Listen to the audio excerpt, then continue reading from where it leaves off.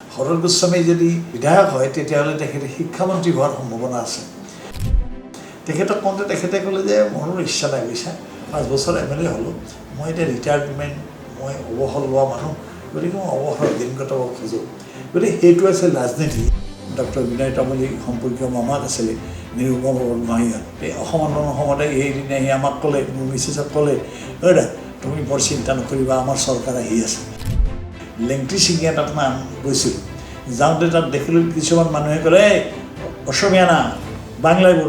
বলুন। তেতিয়া ক'লে যে তোমালোকে এই ভুলটো নকৰিবা। 60টো কিছুমান মানুহে এই শ্লোগানটো দি জাতিটোৰ ক্ষতি কৰিছে। ৰাজনৈতিক কথাৰ পৰা এখন আমি বৃহত্তৰ অসমৰ এখন ছবি কিছু পৰিমাণে বিক্ষিপ্তভাৱে হ'লেও আমি গম পাইছোঁ যে এতিয়া ধৰক তিনি আহোম গগৰ কথা উত্থাপিত হৈছে। এইটো উত্থাপন হ'বই নালাগে। আনন্দবজাৰ পত্ৰিকাৰ হেডলাইনটো চালোঁ, কিন্তু চৰকাৰ গঠন হৈছে আগদিনাখন। তাতে আনন্দবজাৰৰ হেডলাইনটো দিছে যে দেখতে আমাদেৰ মন্ত্ৰী একজন, তাৰমানে দেখিবলৈ বঙালী মন্ত্ৰী একজন, আসলে আমাদেৰ মন্ত্ৰী 3জন। তেওঁলোকে কৈছে সিদ্ধাৰ্থ শংকৰ ৰায় বাঙালী, মইনুল হক চৌধুৰী ভাষাভাষী বাঙালী, তাৰমানে অসমৰ কিন্তু তেওঁ বঙালী ভাষী। মোহন কুমাৰ মংগলম বিবাহ সূত্ৰে বাঙালী, তাৰমানে মোহন কুমাৰ মংগলম হ'ল মাদ্ৰাজৰ মানুহ, ইণ্ডাষ্ট্ৰিয়েলিষ্ট। মোহন কুমাৰ মংগলে আপোনাৰ বঙালী বিয়া কৰাইছিল, গতিকে বিবাহ সূত্ৰে বাঙালী। অসমীয়াই হ'লে আমি ক'লোহেঁতেন যে তেওঁ যদি এতিয়া মোকে ধৰক কোনোবাই কথা ক'লে মোক কয়, এই আপোনাৰ কথা বতৰা শুনি একদম অসমীয়া যেন লাগে, সেই মুছলমান যেন নালাগে। আমাৰ জাত্যাভিমানটো হ'ল সংকীৰ্ণ জাত্যাভিমান, তেওঁলোকৰ জাত্যাভিমানটো হ'ল জাতিটো বহল কৰাৰ জাত্যাভিমান।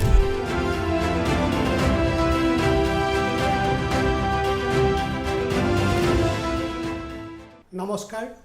দ্য ক্ৰছ কাৰেণ্টৰ এই নতুন বিশেষ অনুষ্ঠান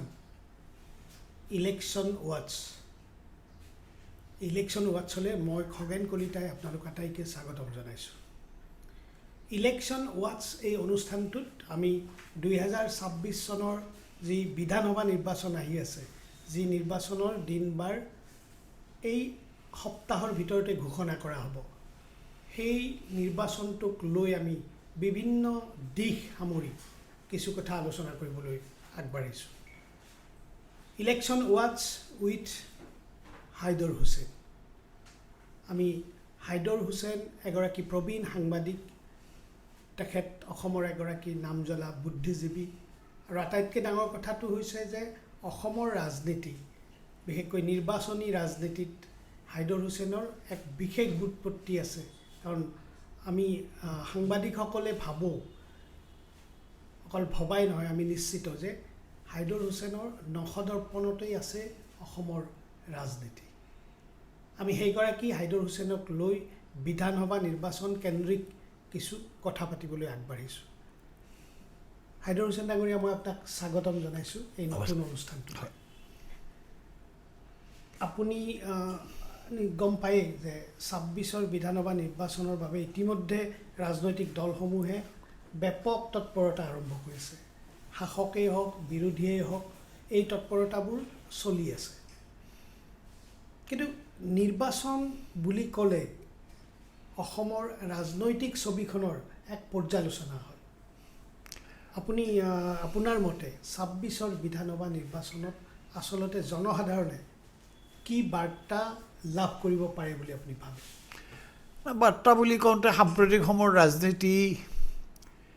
এটা অস্পষ্ট ধাৰণাৰ মাজত বৰ্তি আছে। সন্দেহ হয় যে অহা 5 বছৰ 10 বছৰ পিছত আমাৰ দেশত নিৰ্বাচন স্বাভাৱিক ধৰণে হয় নে নহয় সেই সম্পৰ্কে সংশয় আছে। এনেকুৱাও হ'ব পাৰে যে কালি ধৰক চৰকাৰে এটা সিদ্ধান্তত উপনীত হ'ল যে এক দেশ এক নিৰ্বাচন। কালি ধৰক যে এটা নিৰ্বাচন একেদিনাই যদি সমগ্ৰ দেশত নিৰ্বাচন হয়, তেতিয়া সৰু যিবোৰ ৰাজনৈতিক দল আছে, মই অইন সৰু ৰাজনৈতিক দলবিলাকৰ কথা নকওঁৱেই, আনকি কংগ্ৰেছৰ দৰে দলেও অসমৰ দৰে ৰাজ্যখনতে অকলে নিৰ্বাচন খেলিব নোৱাৰে। আজিকালি যিমান টকা পইচাৰ দৰকাৰ হয়, যিমান খৰচ কৰিব লাগে, এখন পোষ্টাৰ লগাবলৈকো আপোনাৰ আজিকালি পইচা খৰচ কৰিব লাগে। নমিনেশ্যন খোজোঁতে, আয়োজন কৰোঁতে বিভিন্ন প্ৰকাৰে আচলতে 1 লাখৰ পৰা 10 লাখ, 20 লাখ, 50 লাখলৈ পইচা খৰচ কৰিব লাগে। আমি সকলোৱে জানো যে বিগত কেইবছৰমান ধৰি অসমত বা ভাৰতবৰ্ষৰ বিভিন্ন প্ৰান্তত এজন মানুহে প্ৰাৰ্থী হ'বৰ কাৰণে নিৰ্বাচনৰ প্ৰাৰ্থী হ'বৰ কাৰণে তেখেতৰ যি আয়োজন সেই আয়োজনতে তেওঁলোকে বহুত পইচা খৰচ কৰিব লাগে আৰু ৰাজনীতিটো এটা ব্যৱসায়লৈ ৰূপান্তৰিত হৈছে আমি আমাৰ ল'ৰালিতে নহয় আমাৰ যৌৱনকালতো যি ৰাজনীতি দেখিছিলোঁ সেই ৰাজনীতিৰ লগত আজিৰ ৰাজনীতিৰ আকাশ পাতাল প্ৰভেদ মই নিজেই মোৰ মনত আছে যে 1967 চনত কমলপুৰ সমষ্টিৰ পৰা শৰৎ গোস্বামী ছাৰ MLA হৈছিল তেখেত আচলতে সন্দিকৈ ছোৱালী কলেজৰ ফিলচফিৰ অধ্যাপক আছিল শিক্ষাবিদ আছিল গতিকে তেখেতক আমাক কেইজনমানে ক'লে আমাৰ ছাত্ৰ অৱস্থাতে যে শৰৎ গোস্বামী ছাৰে 72 ইলেকশ্যন খেলিব নোখোজে কিন্তু শৰৎ গোস্বামী যদি বিধায়ক হয় তেতিয়াহ'লে তেখেতে শিক্ষামন্ত্ৰী হোৱাৰ সম্ভাৱনা আছে সেইকাৰণে তেখেতক অলপ হেঁচা দিব লাগে যাতে তেখেতে প্ৰাৰ্থী হয় তে আমি ৰিকুৱেষ্ট কৰিব ক'লোঁ যাওঁতে তেওঁ ক'লে 5 বছৰ MLA হ'লোঁ মই গতিকে মই সন্দিকৈ ছোৱালী কলেজলৈ ঘূৰি আহিব খোজোঁ মই কলেজলৈ ঘূৰি আহিম গতিকে তোমালোকে জোৰ কৰিব নালাগে এইটোৱেই বৰ মোৰ কাৰণে ভাল চাকৰি গতিকে দেখা গ'ল যে তেখেতে বিধায়ক হ'ব এৰি সন্দিকৈ ছোৱালী কলেজৰ অধ্যাপক হ'বলৈ গুচি গ'ল তাৰ কিছুদিন পিছত দেখিলোঁ তেখেত গুৱাহাটী বিশ্ববিদ্যালয়ৰ হ'ল কোষাধ্যক্ষ হ'ল কিছুদিন পিছত দেখিলোঁ কোষাধ্যক্ষৰ পৰা তেখেত গুৱাহাটী বিশ্ববিদ্যালয়ৰ ৰেজিষ্ট্ৰাৰ হ'ল আৰু তাৰ পৰাই তেওঁ অৱসৰ ল'লে তেনেকৈ আপোনাৰ 67ত আৰু এজন মানুহ বিধায়ক হৈছিলে অবলাকান্ত গোস্বামী পলাশবাৰীৰ পৰা তেখেত আছিলে RB হায়াৰ ছেকেণ্ডেৰী স্কুলৰ প্ৰিন্সিপাল তেখেতে এংলো আছামিজ ডিক্সনাৰী বুলি বৰ নিষ্ঠাবান শিক্ষক আছিল কলেজ তেখেত RB হায়াৰ ছেকেণ্ডেৰী স্কুলৰ অধ্যক্ষ আছিল তেখেতৰ হাত এখন নাছিল তে আমাক বহুতে ক'লে যে তেখেতৰ দৰে আদৰ্শৱান মানুহ তেখেতে আৰু এটা টাৰ্মটো MLA হ'ব পাৰে তেতিয়াও আমি ভাবিলোঁ তেতিয়া এনেকুৱা কথা আছিলে দল চল বুলি কথা নাই যে ভাল মানুহ যাব লাগে এইটো এটা সাধাৰণ ধাৰণা আছিলে তেখেতক কওঁতে তেখেতে ক'লে যে মোৰো ইচ্ছা নাই বুইছা 5 বছৰ MLA হ'লোঁ মই এতিয়া ৰিটায়াৰমেণ্ট মই অৱসৰ লোৱা মানুহ গতিকে মই অৱসৰত দিন কটাব খোজোঁ গতিকে সেইটো আছিল ৰাজনীতি এতিয়া ৰাজনীতি হ'ল এনেকুৱা যে আপুনি দেখিছে যে সাম্প্ৰতিক সময়ত অসমত যিমানবোৰ মানুহে প্ৰাৰ্থিত্ব প্ৰত্যাশী তেখেতসকলে যদি যিটো দলৰ পৰা প্ৰাৰ্থী হ'ব খোজে সেই দলটোত যদি তেখেতে টিকেট পোৱাৰ প্ৰাৰ্থিত্ব পোৱাৰ সম্ভাৱনা নাথাকে তে ৰাতিৰ ভিতৰতে তেখেতে দল কৰে আদৰ্শ সততা নিষ্ঠা বা কোনো ৰাজনৈতিক সততা বুলি কোনো কথা নাই এতিয়া সাহস দলটো আমাৰ দেশৰ বা আমাৰ ৰাজ্যখনৰ যি সাহস দল এই সাহস দলটো লক্ষ্য কৰি দেখিব যে সাম্প্ৰতিক সময়ত সমগ্ৰ সাহস দলটো 10 বছৰ বা 15 বছৰ আগৰ কংগ্ৰেছী মানুহৰে ঠাই হোৱা তেওঁলোকে পলিচি নিৰ্ণয় কৰে তেওঁলোকে পলিচি ঠিক কৰে ক্ষমতাই হ'ল শেষ কথা আদৰ্শটো শ্লোগান আৰু বিশ্বাসযোগ্য শ্লোগানো নহয় এটা বিশ্বাসহীন শ্লোগানলৈ ৰূপান্তৰিত হৈছে এনেকুৱা পৰিপ্ৰেক্ষিতত সেইকাৰণে এতিয়া ধৰক এই সপ্তাহতে 40,000 আপোনাৰ 9,000 নে কিবা পইচা দিব টকা দিয়া মানে আপোনাৰ ভোট প্ৰকাৰান্তৰে ভোট কিনাই হ'ল ডিৰেক্টলি আৰু সেই পইচাটো যদি চৰকাৰে নিজৰ উপাৰ্জনৰ পৰা দিয়ে সিও ভাল সেই টকাটো দিব আপোনাৰ কৰকাতলৰ পৰা সেই টকাটো দিব আপোনাৰ চৰকাৰী মানুহৰ মূৰবোৰ বন্ধকত থৈ লোৱা ঋণৰ পৰা ৰাজ্যখনৰ সম্পদ বিক্ৰী কৰি পোৱা ধনৰ পৰা আপোনাৰ সেই পইচা দিব আৰু সেই পইচা যে ভাগাব সেই পইচাৰ কোনো নাই আপোনাৰ তাৰ পৰা আকৌ ৰাষ্ট্ৰৰ বা ৰাজ্যখনৰ আপোনাৰ সম্পদ বৃদ্ধি নহয় এয়া হ'ল মানে সাম্প্ৰতিক পৰিস্থিতি এই পৰিস্থিতি সেইকাৰণে মই কওঁ যে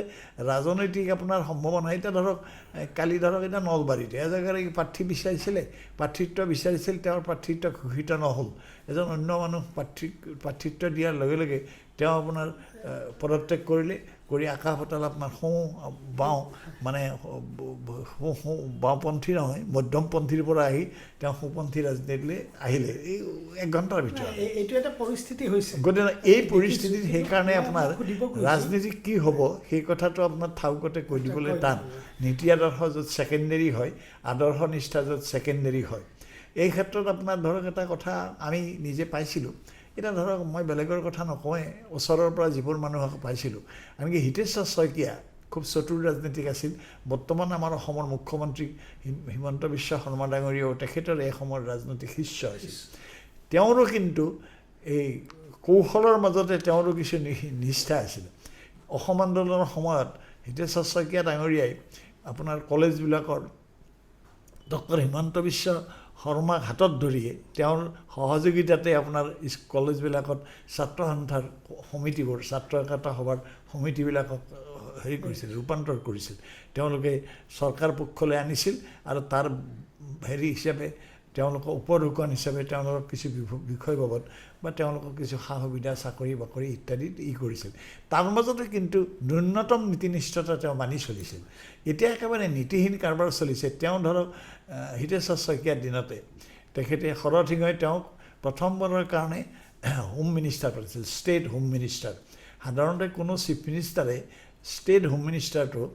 কোনো বেলেগ মুখ্যমন্ত্ৰীক নাপাতে তেওঁ মুখ্যমন্ত্ৰী নিজেই আপোনাৰ হোমটো ৰাখে এতিয়া শৰঠিঙই সেইটো কৰিছিল শৰঠিঙৰ দিনত হিতেশ্বৰ শইকীয়া ডাঙৰীয়াই হোম ডিপাৰ্টমেণ্টটোক কাৰ্যকৰীভাৱে তেওঁ কামত খটুৱাইছিল যাৰ ফলশ্ৰুতিত শৰঠিঙৰে কিছু বিৰুদ্ধাচৰণ কৰিছিল কিন্তু বাহিৰত তেওঁৰ প্ৰতি যি ভক্তি তেওঁৰ যিটো শ্ৰদ্ধা তেওঁৰ যিটো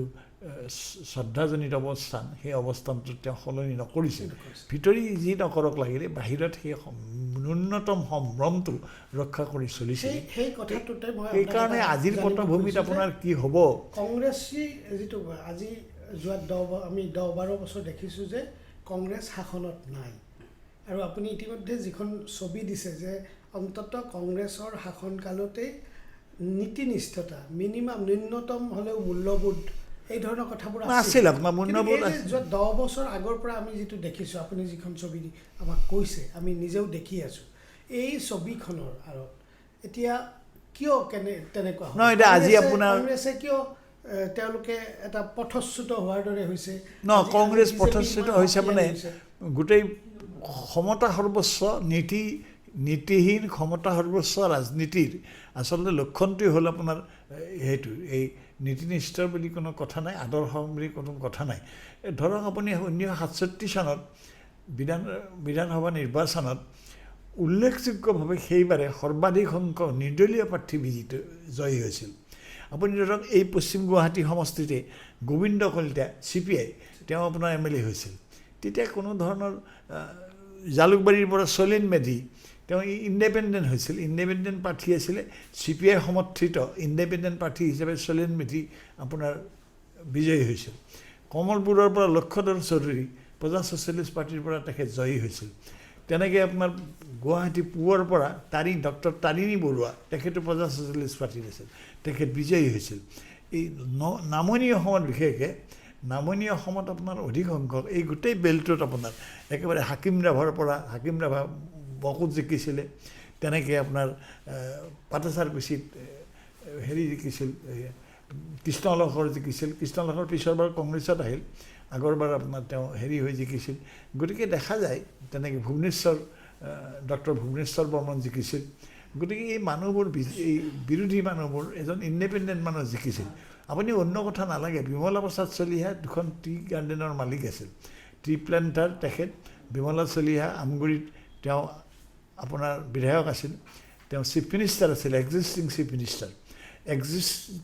চিফ মিনিষ্টাৰজন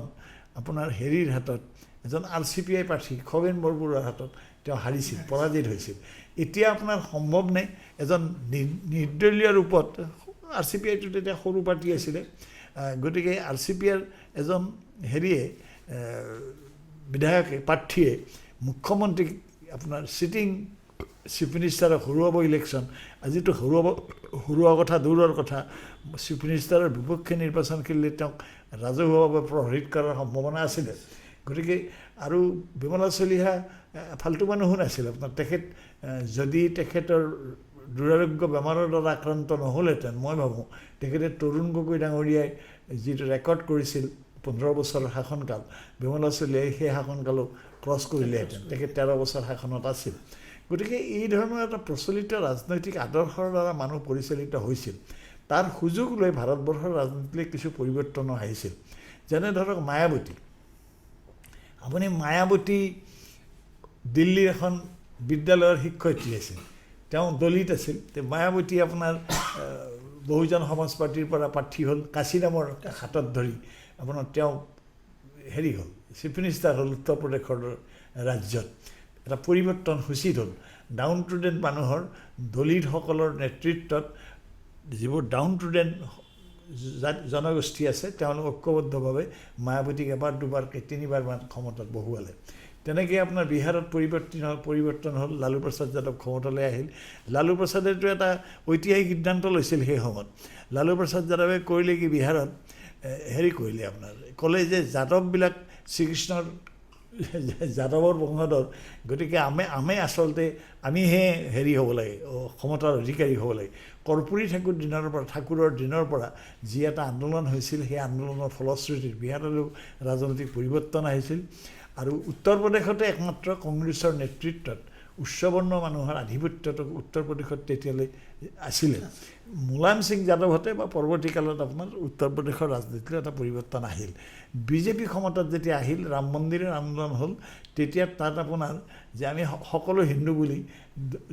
দলিত আৰু উচ্চবৰ্ণৰ মাজত ভেদাভেদ আপোনাৰ সাম্প্ৰদায়িকভাৱে ভেদাভেদ কিছু হ্ৰাস পালে উত্তৰ প্ৰদেশৰ ৰাজনীতিলৈ এটা পৰিৱৰ্তন এটা আহিল সেইকাৰণে সমগ্ৰ ভাৰতবৰ্ষত আনকি আপোনাৰ কাশীৰামে ৰাজহুৱাকৈ সভা সমিতিবিলাকত কৈছিল যে চুলতান মাহমুদে ভাৰত আক্ৰমণ কৰা নাছিল আমি চুলতান মাহমুদক মাতি আনিছিলোঁ সোমনাথ মন্দিৰটো লুট কৰা মানুহৰ সম্পদেৰে আপোনাৰ গোটেই ভৰ্তি আছিলে সেইবোৰ আমাৰ গৰীব মানুহৰ সম্পত্তি আমাৰ ডাউন টু ডেন মানুহৰ লুট কৰি অনা সম্পত্তি গতিকে আমি লুট কৰিবৰ কাৰণে চুলতান মাহমুদক আনিছিলোঁ সেই শ্লোগানেৰে আপোনাৰ তেওঁলোকে ক্ষমতা হস্তান্তৰ কৰিবৰ কাৰণে তেওঁলোকৰ সম্ভৱ হৈছিল তেনেকৈ অসমতো আপোনাৰ শৰৎ সিংহই এটা পৰিৱৰ্তন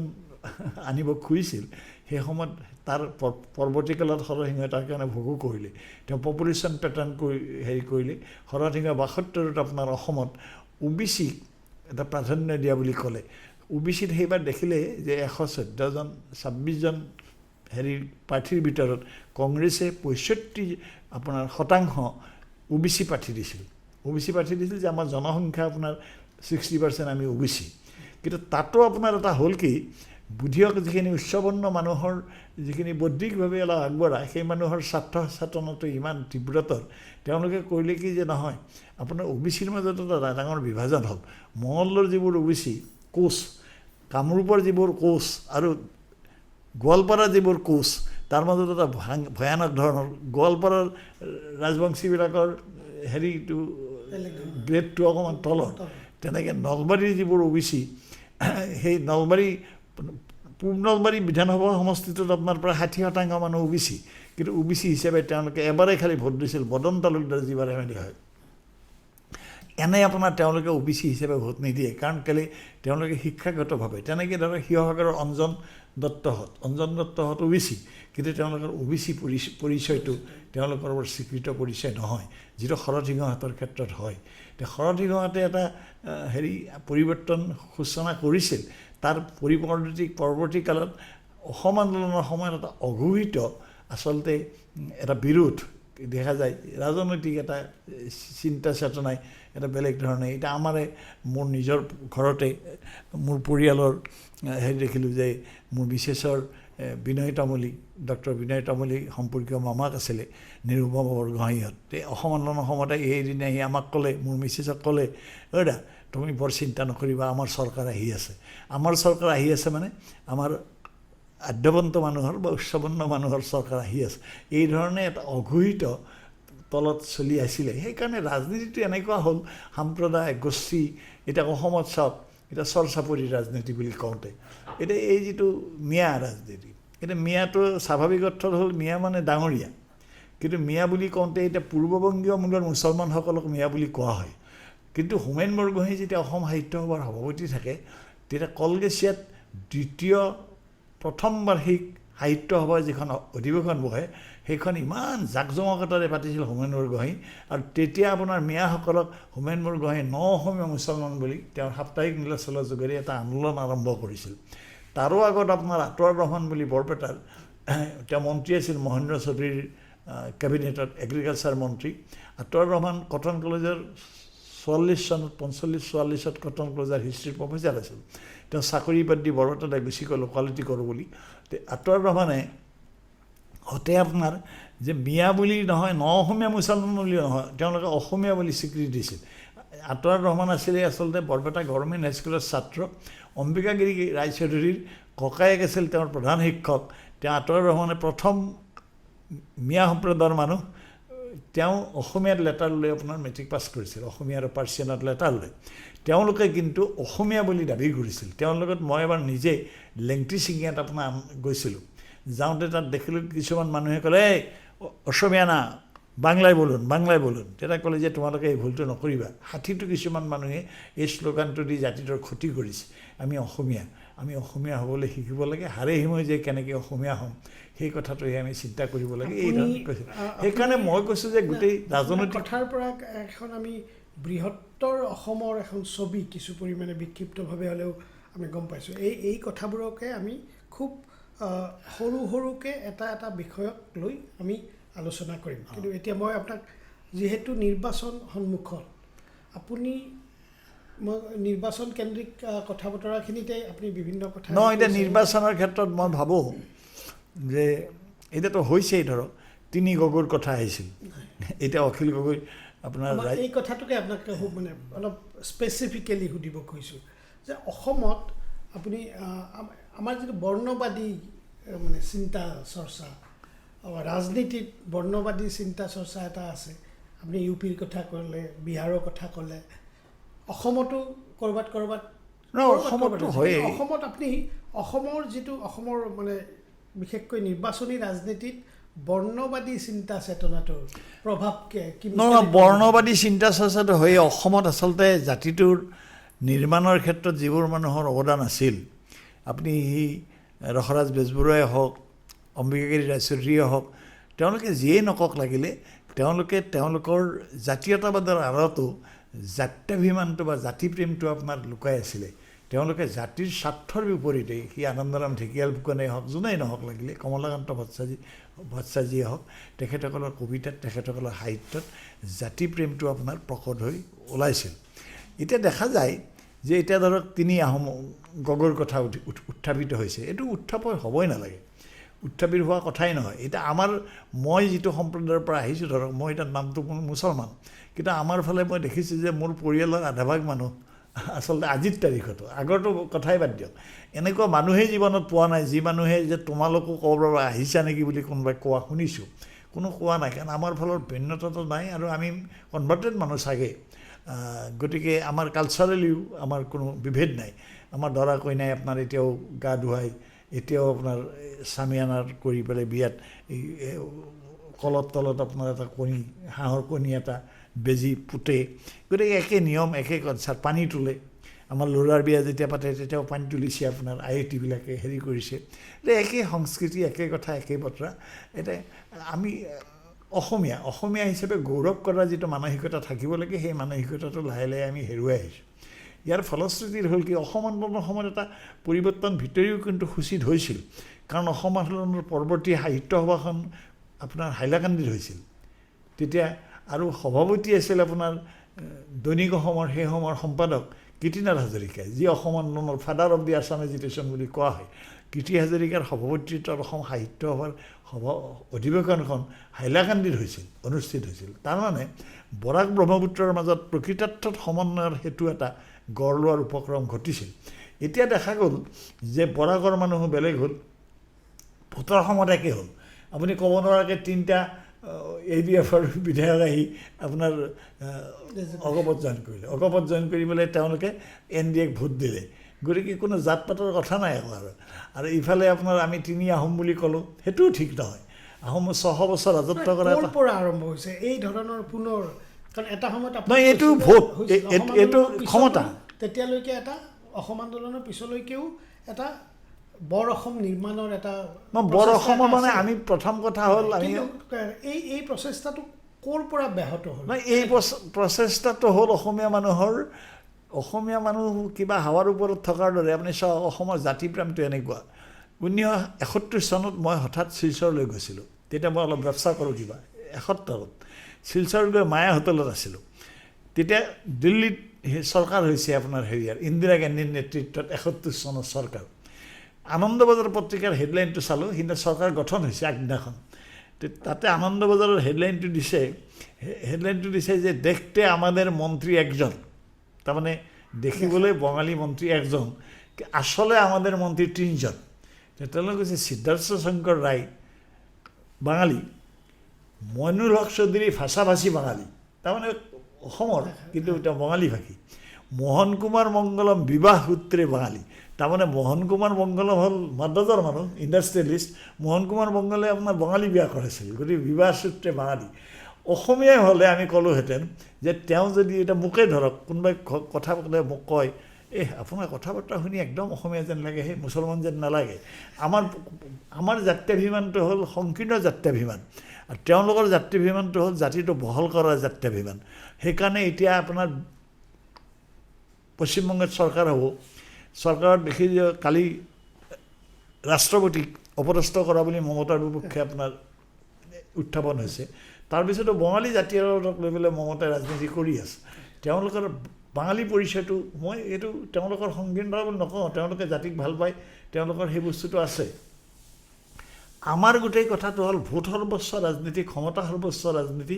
আৰু চহকী হোৱাৰ প্ৰৱণতা ৰাজনীতি কৰি। কাৰণ বৰ্তমান সময়ত যিবোৰ প্ৰতিষ্ঠিত ৰাজনীতি চাওক, আমি তোমালোকে বোধহয় দেখাই নাই, তোমালোকে দেখা নাই বোধহয়, হৰেশ্বৰ গোস্বামী বাৰিষ্টাৰ আছিলে, জমিদাৰ মানুহ তেওঁলোক, বাৰিষ্টাৰ আছিল, তেওঁ MLA আছিল, অসম বিধানসভাৰ স্পীকাৰ আছিল হৰেশ্বৰ গোস্বামী। হৰেশ্বৰ গোস্বামীহঁতে বকুৰ ছয়গাঁও এফালৰ পৰা MLA হৈছিল, সদায় জিকে তাৰ পৰা, সেইফালে জমিদাৰ মানুহ। উজান বজাৰতো জমিদাৰী আছে হৰেশ্বৰ গোস্বামীহঁতৰ। সেই মানুহবিলাকে যেতিয়া ৰাজনীতি কৰে, তেওঁলোকে বামুণ তামুণ এইবোৰ ৰাজনীতি কৰা নাছিল। তেওঁলোকে অসমীয়া হিচাপে জাতিক ভাল পায় কাৰণে তেওঁলোকে অসমীয়াত্ব বজাই ৰাখি আচলতে ৰাজনীতিটো কৰিছিল। এতিয়াৰ ৰাজনীতিটো সেইটো নহয়। এতিয়া গৌৰীশংকৰ ভট্টাচাৰ্য চাওক, গৌৰীশংকৰ ভট্টাচাৰ্য যেতিয়া প্ৰথমতে অম্বিকাগিৰিহঁতে বহুতে আপোনাৰ অসমত এটা আঞ্চলিকতাবাদী ৰাজনীতিৰ পৃষ্ঠপোষকতা কৰিছিল, কিন্তু গৌৰীশংকৰ ভট্টাচাৰ্যই আপোনাৰ 1969 চনত PDP বুলি, পিপলছ ডেমক্ৰেটিক ফ্ৰণ্ট বুলি, জন গণতান্ত্ৰিক দল বুলি এটা ৰাজনৈতিক দল খুলিলে। গৌৰীশংকৰ সভাপতি, হেমেন বৰুৱাও আছিল তাৰ সদস্য। হেমেন বৰুৱা কেণ্ডিডেট হৈছিল যোৰহাটৰ পৰা লোকসভাত। গৌৰীশংকৰে তেওঁৰ সবিনয় নিবেদন বুলি কিতাপখনৰ প্ৰথম বাক্যটো লিখিছে যে তেওঁৰ দেউতাকে যিবোৰ মাটি বেছিলে, দানত পোৱা মাটি, সেই দানত পোৱা মাটিবোৰ কৈছে যে আমি বামুণ মানুহে চব দানত পাইছিলোঁ মাটিবোৰ, দেৱোত্তৰ আৰু ব্ৰহ্মোত্তৰ মাটি। আমি সৰুতে আমাৰ ৰামদত্ত বৰুৱা বুলি ডাঙৰ ডাক্তৰ আছিলে, ৰামদত্তৰ দেউতাক, তেওঁ আপোনাৰ কৃষ্ণদত্ত বৰুৱা বুলি, তেওঁ এটা হালবোৱা আন্দোলন কৰিছিল। তেওঁ ক'লে যে আমাৰ মাটিবোৰ আমাৰ দেৱোত্তৰ ব্ৰহ্মোত্তৰ, কিন্তু আমাৰ মাটিবোৰ এতিয়া গৰাকী হৈছে, মাটিবোৰ যোনে হাল বায় সি গৰাকী হ'ব। কাৰণ শৰৎ সিংহই এটা আইন কৰিছিল, নাঙল যাৰ মাটি তাৰ, গতিকে ক'লে মাটিবোৰ আমাৰ পৰা হস্তান্তৰিত হ'ব, গতিকে মাটিবোৰ আমি ধৰি ৰাখিব লাগে। সেইকাৰণে আমাৰ সমাজ ব্যৱস্থাটো এনেকুৱা মৰ্যাদাৰ। মাটি ধৰি ৰাখিবৰ কাৰণে ক'লে যে আমি হাল বাব লাগিব, গতিকে তেওঁ 500মান মানুহ আনি পেলাই হাল বোৱালে। হাল বোৱাতে গৰীব মানুহবিলাকৰ আপোনাৰ তেওঁ হাল বোৱালে, তেওঁ যিখন নাঙলেৰে হাল বালে সেইখন হালৰ নাঙলটো আপোনাৰ সোণেৰে বন্ধোৱা আছিলে, কিন্তু গৰীব যিবিলাক মানুহে নাঙলৰ মুঠিত ধৰিলে সেইবিলাক ছ'চাইটি এৰি থ'লে। তাৰমানে সেই আন্দোলনটো বিফল হ'ল। তাৰমানে দেখা যায় ব্ৰাহ্মণসকলৰ আন্দোলন আছিল, বামুণসকলৰ কৃষ্ণদত্ত বৰুৱাই আৰম্ভ কৰিছিল। তেওঁলোকৰ জমিদাৰী আছিল, ধীৰদত্ত বৰুৱা বুলি তেওঁৰ দেউতাক আছিলে জমিদাৰ। তেওঁৰ দেউতাকৰ নামত এখন হাইস্কুলো আছে আপোনাৰ এই বৰশালা ধীৰদত্ত হায়াৰ ছেকেণ্ডেৰী বুলি। গতিকে দেখা যায় যে মই কৈছোঁ যে এই গোটেই কথা বতৰাবিলাকত আমাৰ জাতিটোত বিভেদৰ মাজেৰে ক্ষমতা হস্তান্তৰৰ প্ৰৱণতাটো আমাৰ মাজত যিমান তীব্ৰ, বেলেগত নহয়। আজি মাদ্ৰাজত নহয়, কিন্তু মাদ্ৰাজৰ আন্নাদুৰাইহঁতে যিটো আৰম্ভ কৰিলে 62-70, তেতিয়াৰ পৰা ধাৰাবাহিকভাৱে আপোনাৰ মাদ্ৰাজত এতিয়াও কিন্তু আঞ্চলিক দলৰে চৰকাৰ হৈ আছে। তেওঁলোকৰ ডাউন টু ৰেণ্ট মানুহ এটা দলত আহে, অন্য মানুহ আহে, সাম্প্ৰদায়িক ৰাজনীতি আছে, কিন্তু সাম্প্ৰদায়িক ৰাজনীতি হ'লেও তেওঁলোকৰ ৰাজনীতিত জাতিটো প্ৰথম একচুৱেলি। তেওঁলোকে মই এবাৰ প্ৰথমবাৰ যিবাৰ মাদ্ৰাজত যাওঁ, চেন্নাইলৈ যাওঁতে দেখিলোঁ যে অমিতাভ বচ্চনৰ হেৰিয়াত পোষ্টাৰত কলা ৰং ঘঁহিছে, তাৰমানে হিন্দী ছবিৰ বিৰুদ্ধে। তেওঁলোকৰ সেই বস্তুবিলাক আছে, তেওঁলোকৰ জাত্যাভিমানটো সংকীৰ্ণ, কিন্তু জাতিৰ প্ৰেমটো তেওঁলোকৰ জড়িত। ইমান শিক্ষিত ৰাজ্য, তাতে MGRক তেওঁলোকে চিফ মিনিষ্টাৰ কৰিলে, অপৰাজয় চিফ মিনিষ্টাৰ হ'ল, কিন্তু MGRৰ একাডেমিক এডুকেশ্যন আপোনাৰ তেওঁ মেট্ৰিকুলেটৰ নহয়, ক্লাছ 7-8লৈ পঢ়া, ফিল্ম এক্টৰ হয়, জয়ললিতা কিমান শিক্ষিত তাকো মানুহে নাজানে, তেওঁ অপৰাজয় মুখ্যমন্ত্ৰী হ'ল। গতিকে তেওঁলোকৰ জাত্যাভিমানটো সেই পৰ্যায়ৰ। আমাৰ জাত্যাভিমানটো হ'ল কি, আমি ধৰ্মৰ পৰিচয়, বঙালী অসমীয়াৰ পৰিচয়, ইটো পৰিচয় সিটো পৰিচয়ৰে আমি ক্ষমতা লাভ কৰাৰ হিচাপে মাধ্যম হিচাপে আমি সেৱা নহয়, আমাৰ ৰাজনীতিটো ক্ষমতাৰ পৰিচয়। যেতিয়াৰ পৰা সেৱা গুচি গৈ পেলাই এই ক্ষমতাৰ আধাৰ হ'ল, ক্ষমতা প্ৰাপ্তিৰ আধাৰ হ'ল ৰাজনীতিটোৰ, তেতিয়াৰ পৰা এই সমাজত এই বিভাজনটো আহিল আৰু জাত পাত ধৰ্ম এইবিলাক আহিল। আৰু ধন সৰ্বস্বতা, ধন এতিয়াতো নিৰ্বাচন জিকিবৰ কাৰণে প্ৰচুৰ টকাৰ প্ৰয়োজন। এতিয়া বিজেপিয়ে বা বৰ্তমান চৰকাৰে যিটো কৰি আছে, ধৰক এই যে টকা ব্যয় কৰি আছে, তেওঁলোকে পৰ্যাপ্ত পৰিমাণে গোটেই ৰাজ্যখন ধাৰত পোত গ'ল। আজি কেপিটেলিষ্টৰ তাত যে হাজাৰ হাজাৰ বিঘা লাখ লাখ বিঘা মাটি বিক্ৰী কৰিছে, অথচ আমাৰ খেতিয়কৰ গৰীব দুখীয়া মানুহৰ ঘৰ বান্ধি থাকিবৰ কাৰণে মাটিৰ অভাৱ হৈছে। এতিয়া বাকীৰ কথা নকওঁৱে বাৰু, মিয়াৰ কথাও নকওঁৱে বাৰু, আপোনাৰ সন্দেহজনক নাগৰিকৰ কথা নকওঁৱে, আপোনাৰ লৱাৰ আছামৰে আমাৰ যি কাজহিন্দু মানুহ, আমাৰ যি অসমীয়া হাৰে সময় যিবোৰ অসমীয়া মানুহ, সেইবিলাকৰ 10 বছৰ 15 বছৰ পিছত ঘৰ বান্ধিবলৈ মাটি নাথাকিব।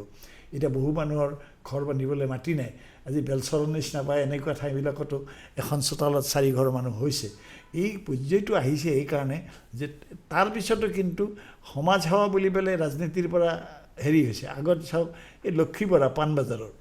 লক্ষী বৰা আপোনাৰ স্বাধীনতা সংগ্ৰামৰ সময়ত অসমত গুৱাহাটীৰ লক্ষী বৰাৰ ঘৰখনেই আছিল আচলতে এটা হেৰি ৰাজধানীৰ সদৃশ। তেওঁৰ বাংলোটো, তেওঁৰ পাণবজাৰত যিটো ঘৰ খেৰী বাংলো আছিলে, আজিকালি ঘৰ ফুটে ঘটে ভাগিলে ঘৰটো, গতিকে নাককাটা পুখুৰীৰ সন্মুখত। গতিকে দেখা যায় লক্ষী বৰাহঁতৰ তেওঁলোকে আজীৱন এবাৰ ইলেকশ্যন খেলিছিল, জিকিব নোৱাৰিলে। কোনোদিন লক্ষী বৰা আপোনাৰ MLA চেমএলএ নহ'ল। আজীৱন তেওঁ আপোনাৰ সেৱা কৰিলে, স্বাধীনতা সংগ্ৰামত জড়িত হ'ল। তেনেকৈ নবীন বৰদলৈ সেই যুগৰ মানুহ যিবিলাক, এই মানুহবিলাকে আপোনাৰ খদ্দৰ বিক্ৰী, চাইকেল মাৰি মাৰি খদ্দৰ বিক্ৰী কৰি ফুৰিছিল। ইয়াত যেতিয়া আপোনাৰ পাণ্ডু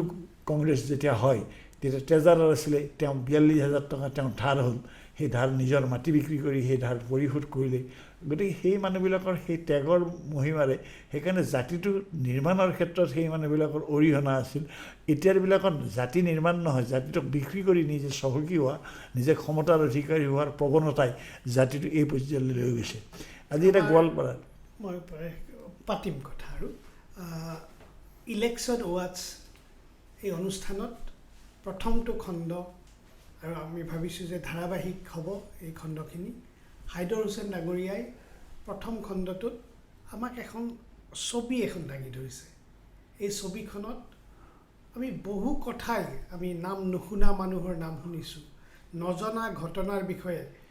ব্ৰাহ্মণ আন্দোলন, ব্ৰাহ্মণসকলে হালবাই কৰা আন্দোলনৰ বিষয়ে কোনে কিমান জানে মই নাজানো, কিন্তু হাইদৰ হুছেইন ডাঙৰীয়াৰ কথাত এই কথাবোৰ ওলাই আহিছে। আমি ইলেকশ্যন ৱাটছত অকল ৰাজনৈতিক কথাই নাপাতোঁ, আমাৰ সমাজখনৰ এই যে আজিৰ পৰ্যায়লৈ অহা সমাজখন, এটা সময়ৰ পৰা অন্তত 50ৰ দশকৰ পিছত আমাৰ সমাজখনে কি ধৰণে আহি ইয়াতে আজিৰ পৰ্যায় পাইছে, ৰাজনীতিয়ে আমাক কি পৰ্যায়লৈ আনিছে, এই কথাবোৰকে আমি আলোচনা কৰিম। হাইদৰ হুছেইন ডাঙৰীয়া এগৰাকী চাক্ষুষ অভিজ্ঞতা বৰ্ণনা কৰিব পৰা এগৰাকী বিশেষ ব্যক্তি। এই বিশেষ ব্যক্তিগৰাকীৰ লগতে আমি ইলেকশ্যন ৱাটছ 2026 চলাই থাকিম। আজিৰ এই খণ্ডটো আমি ইমানতে সামৰণি মাৰিছোঁ।